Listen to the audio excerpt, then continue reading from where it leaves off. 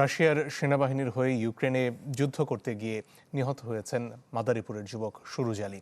দুপুরে নিহতের পরিবার তথ্যটি নিশ্চিত করেছে। আর্থিক সচ্ছলতা আনতে দালালের মাধ্যমে বিদেশে যাওয়ার চেষ্টা করেন দক্ষিণ খাগড়াছড়া এলাকার সুরুজ আলী। ইউরোপের ভিসা না পেয়ে ৮ মাস আগে একটি এজেন্সির মাধ্যমে তিনি রাশিয়া যান। সেখানে কাজ দেওয়ার নাম করে সুরুজকে রুশ সেনাবাহিনীতে যোগদান করায় দালাল চক্র।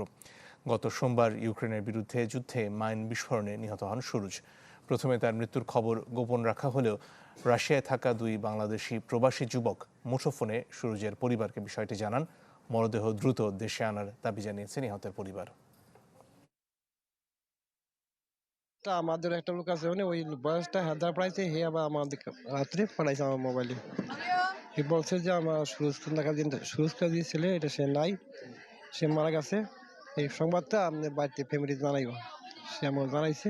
আমরা চাই যে ওই মায়ের বুকটা যেন খালি না হয়, যেন রাষ্ট্রটা আনতে পারে বাড়িতে এবং সবাই যেন দেখতে পারে। বিষয়টা খতিয়ে দেখি এটার কতটুকু সত্যতা রয়েছে।